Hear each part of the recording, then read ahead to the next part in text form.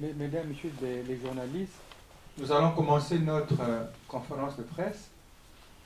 Elle est animée par le président, le coordonnateur de l'IPDD, M. Mathias Dzon, qui est au milieu, à notre table ici. À sa droite, il y a M. Freddy. À sa gauche. À sa gauche, M. Freddy Kita, qui est le coordonnateur du comité de suivi de l'IPDD. Et moi, à la droite, je suis le coordonnateur adjoint de l'IPDD. L'IPDD, c'est l'initiative panafricaine pour la défense de la démocratie. Tout à l'heure, dans le propos liminaire qui vous sera livré, nous allons dégager les règles essentielles, l'esprit essentiel de cette conférence de presse. Puis viendra les questions-réponses. Voilà, il faut aller centrer. Voilà, très bien. Et la conférence de presse sera animée. Je vous remercie. Merci, Monsieur le ministre. Alors, je vais procéder à la lecture de notre texte de ce jour. Mesdames, Messieurs de la presse, Mesdames, Messieurs, chers camarades, chers invités, au nom de la délégation de l'initiative panafricaine pour la défense de la démocratie, IPDD en sigle, nous voudrions saluer tous les participants à cette conférence de presse et leur dire l'expression de notre gratitude pour leur présence. L'initiative panafricaine pour la défense de la démocratie et c'est 15 juin 2015 pour la deuxième fois en ce lieu à Bruxelles pour échanger avec vous sur un thème qu'elle estime fondamental pour l'avenir d'une Afrique libre, démocratique et prospère. Les alternances politiques démocratiques sont-elles possibles en Afrique? C'est là une problématique à laquelle nous croyons fortement à l'IPDD en ce qu'elle constitue l'enjeu politique majeur du moment en Afrique. Ces alternances sont non seulement possibles, croyons-nous, mais elles sont une nécessité et un impératif pour tous les Africains. Nous avons choisi Bruxelles pour livrer notre compréhension de cette problématique à plusieurs titres. C'est à Bruxelles que siègent la plupart des instances européennes ainsi que de nombreuses institutions internationales dont l'OTAN. Bruxelles est la capitale de l'Europe, a-t-on dire. Hors de l'Assemblée générale des Nations Unies, il n'y a pas meilleur endroit pour lancer un message pour l'alternance démocratique en Afrique aux partenaires privilégiés de l'Afrique que sont les Européens. Chers amis, l'IPDD a été fondée pour créer les conditions essentielles de la facilitation de cette alternance. Elle nécessite de travailler à mobiliser et à organiser dans un partenariat d'action les forces démocratiques, patriotiques et républicaines africaines qui se battent pour cette alternance. En cela, elle est solidaire de toutes les initiatives politiques et patriotiques africaines qui dénoncent les formules aérées et rétrogrades de présidence sans limite à la tête des États, le VT ou autres manipulations juridiques pour des coups d'État, par des coups d'État constitutionnels à des fins personnelles, les successions dynastiques et la conservation du pouvoir d'État par des piteuses mascarades électorales où les taux d'abstention et les fraudes à large échelle sont insupportables. Nous estimons à l'IPDD que l'Afrique est à un tournant historique important.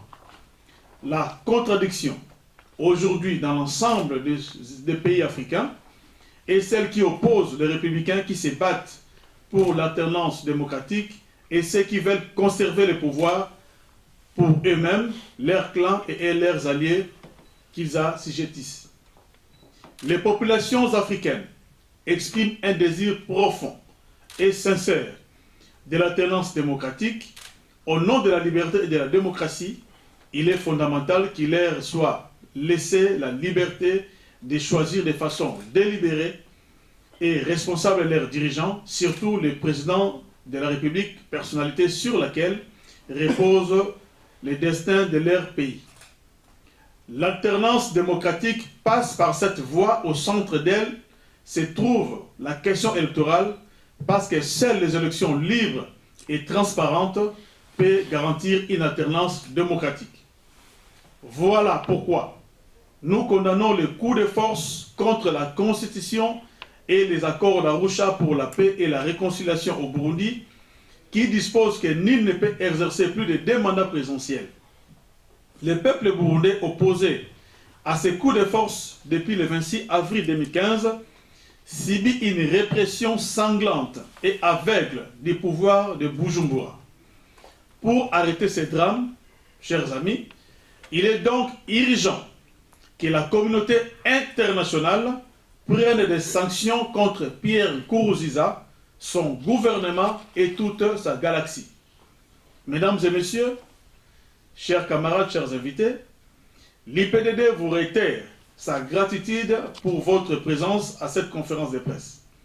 Que tous ceux qui croient, comme l'IPDD, à l'universalité de l'alternance démocratique en Afrique, trouvent ici l'expression de sa solidarité pour leur multiforme contribution à ces nobles et généreux combats qui soutiennent le peuple d'Afrique, lassés de misère que leur impose leurs dirigeants actuels. Nous vous remercions.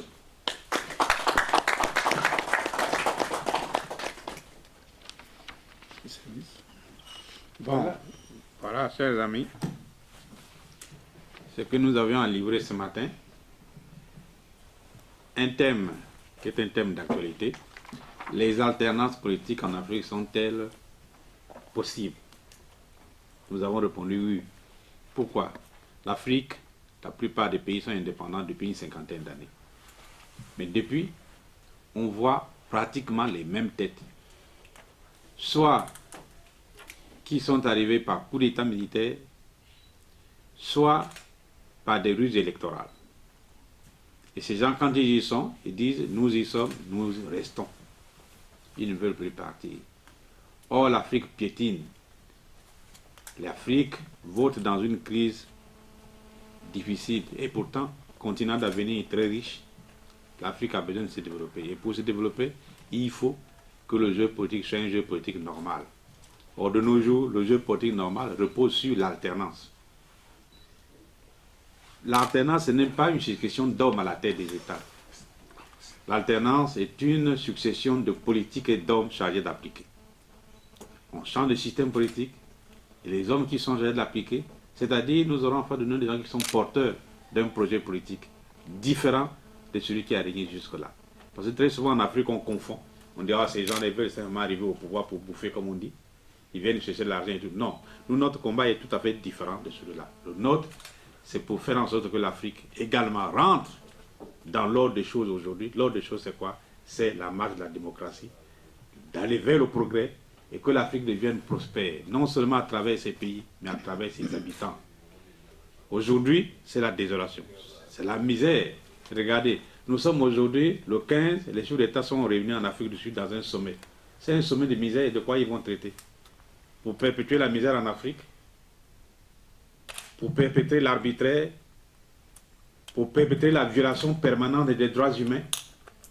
C'est ça qui caractérise l'Afrique. Or, la tendance que nous faisons, c'est pour qu'on mette fin à tout cela. L'IPDD a été créé pour ça. Parce que ce combat, ce n'est pas le combat d'un pays africain, c'est le combat de tous les pays africains. Or, l'IPPD a une vocation continentale. Tous les pays africains sont conviés à faire partie de l'IPDD. Dans un pays, tous les partis politiques qui sont désireux de se combattre pour la démocratie sont également conviés. Et c'est ça l'IPDD. Voilà pourquoi aujourd'hui nous avons voulu rencontrer la presse de Bruxelles pour leur dire voilà le message qu'il faudrait véhiculer à travers le monde pour que le monde nous écoute. Un autre son de cloche, pas celui toujours des mêmes chefs d'État africains qui ont des récriminations à faire, oui, nous voulons être respectés, nous ceci, toujours en se tapant la poitrine alors que la politique ce n'est pas cela.